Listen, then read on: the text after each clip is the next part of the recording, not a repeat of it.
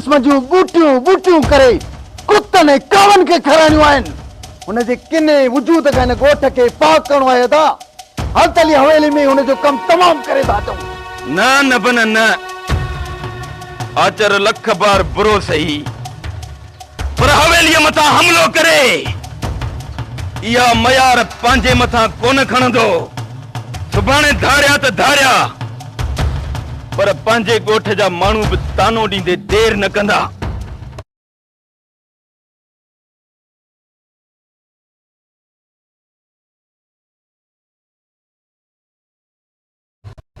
ताचर दुश्मनी में एतिरो अॻिते निकिरी वियो जो सिंध जे ॼाइनि जी इज़त बि कान की। बाक़ी मिठल खान भॻो कोन थो वञे, उन कोए खे निकिरण ॾे ॿाहिरि। जे निड़ीअ ते नहर खे सिसीअ खां धड़ धार न कयोमांसि त मुंहिंजो नालो बि आचर न आहे। वॾे भाउ खे मारण खां पोइ हुननि असांजी भाॼाई खे क़त्ल कयो। भाॼाई ईअं सम्झो असांजी माउ हुई माउ। जे अञा बि अदा तूं हुननि सां रियात कई त मां सम्झंदुसि त तूं बाजी खान जो पुटु ई न आहीं। मिठल खान ते भरोसो करे हिकु चक्कर ग़लती करे चुको आहियां, ॿीहर अहिड़ी ग़लती कोन कंदुसि। पोइ हल अदा त मिठल खान खे ॿुधायूं त बाजी खान जे पुटनि सां दुश्मनी पाइण जो अंजाम छा थींदो आहे।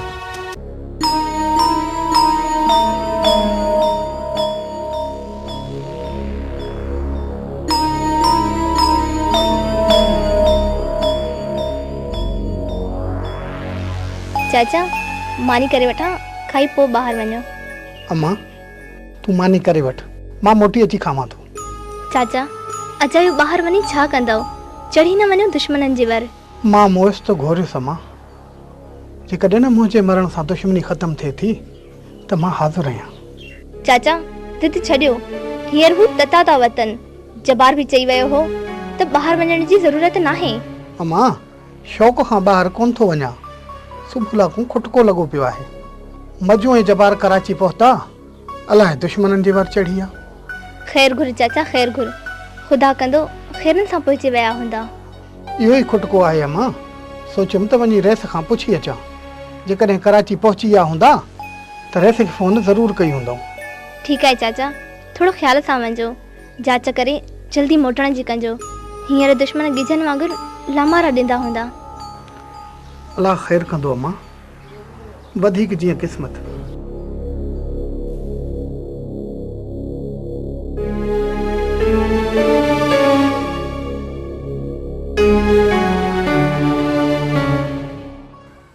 छा प्रोग्राम अदा?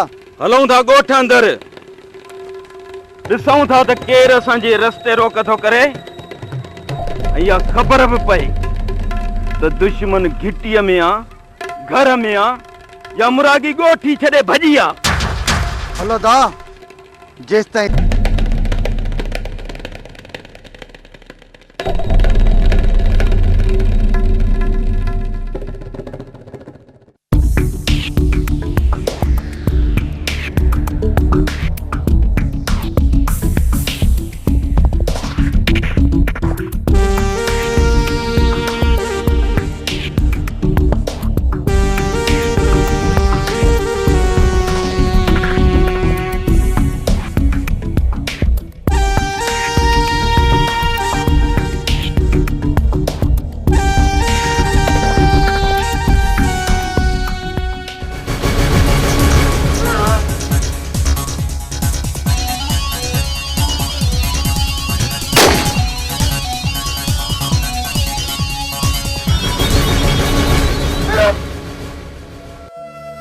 पढ़ कलमो।